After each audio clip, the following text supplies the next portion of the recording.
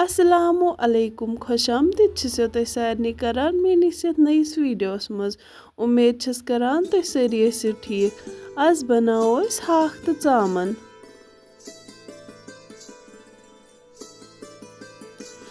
यहत हाक निमुत बे चामन Nimaj चामन bro थमित piece कर यपर gases पे लेदर आब थोमुत यह वन ग्रेकान तो अत मज करो चामन पीस ऐड। लेदर आबस मज चामन ऐड करने चामन हुनान तो बेम फ्राई करन विज जल्दी अत कलर तवान। 1-2 मिनट गसित करोक वन चामन पीस नबर तो थोक साइडस।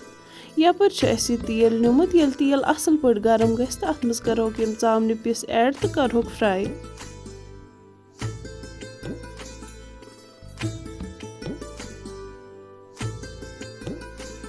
यम अक साइड फ्राई गसन तो फिरहोक बे साइड करोक बे साइड ते असल पे फ्राई।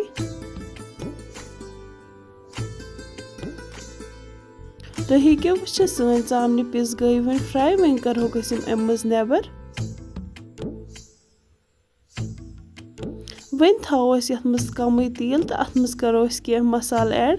यह कोर जूर बज ٲl सब्ज ٲl 1-2 दालचीन गंड 1-2 बे करो यह रोहन ते ऐड तो करो यह फ्राई सोरे।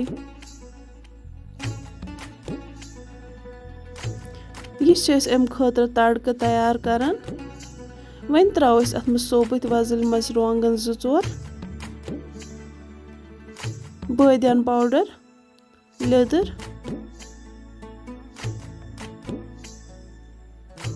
लास्टस पे त्रो वन मर्चुवांगन पाउडर। अगर वन गोड़े त्रो यह दज हा गोड़े तिलस मज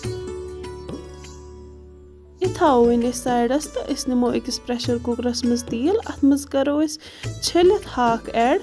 यह ब्रोह छलित थोमुत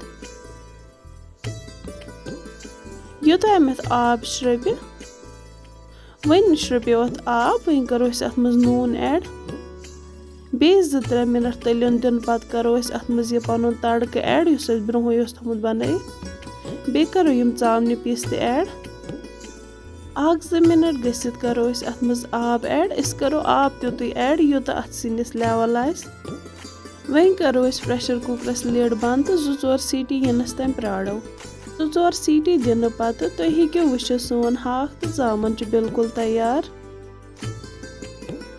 मे उम्मीद तुम अजिच मेन रेसिपी पसंद आमत। अगर तुम मोन वीडियो पसंद आव तेल कर लाइक शेयर कमेंट बे कर मेन चैनल तो सब्सक्राइब। शुक्रिया।